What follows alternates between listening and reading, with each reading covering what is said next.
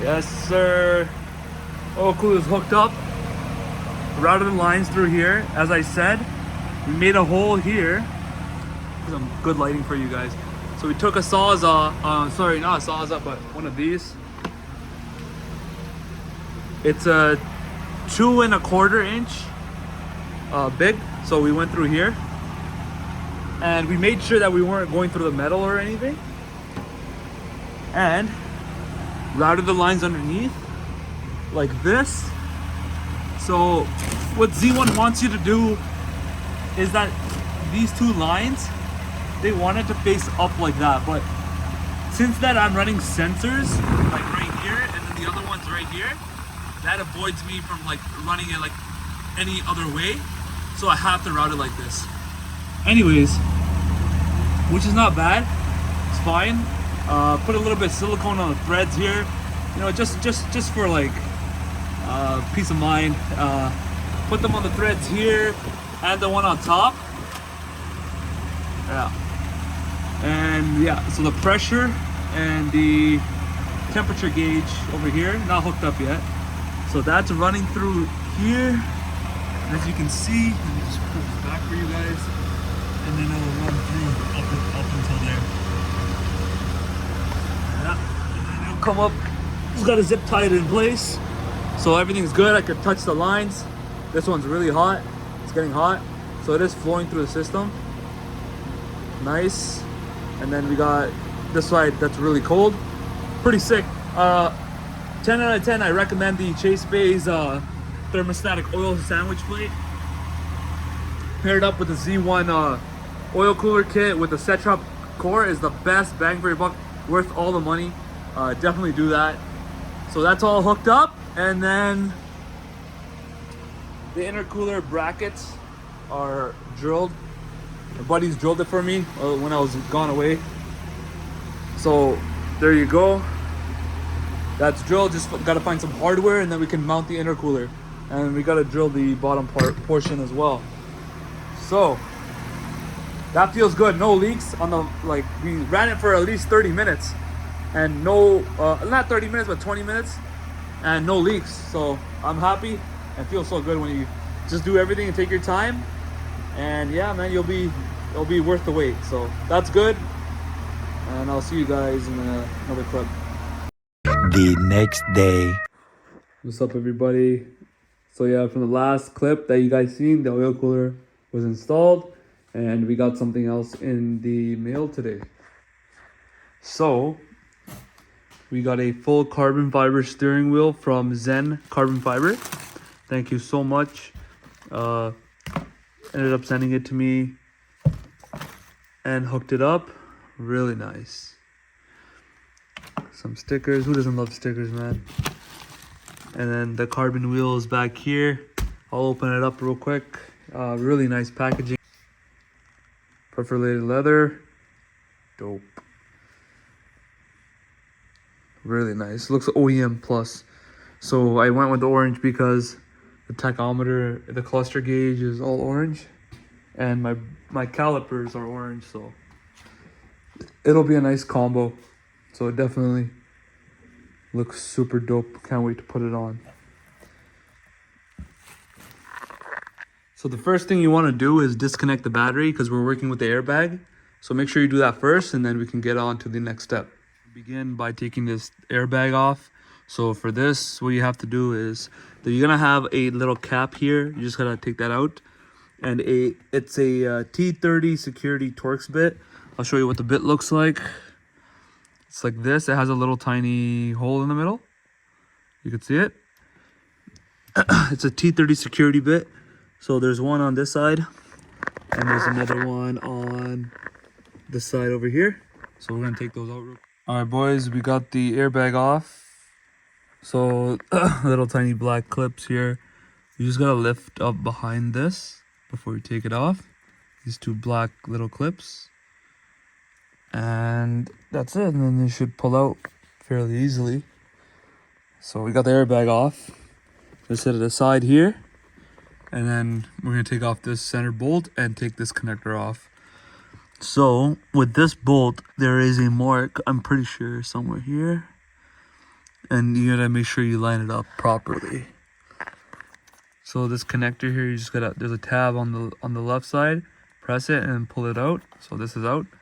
And for the nut here, there's a little mark right about here. Right there, you see it? And then I marked it with a marker up here on the bolt. So make sure that lines up so the steering wheel is straight. And then make sure when you take it off, you put it back on the same amount. Or else you might have like alignment problems or whatever. And it won't be centered. And yeah, so take this bolt out. It's a 19 millimeter. I highly suggest you use a impact gun like this, or like a breaker board or something, and just take it out. Okay. All right, guys. So we got the wheel off. So as soon as you take the nut off, you're gonna have to bang the wheel, or like hold the wheel like with your knees or something, same time, and take off the bolt. And so we got the wheel off. You're gonna have to hit it a few times, like over here, over here, over here. Bang it pretty nice so it can come out.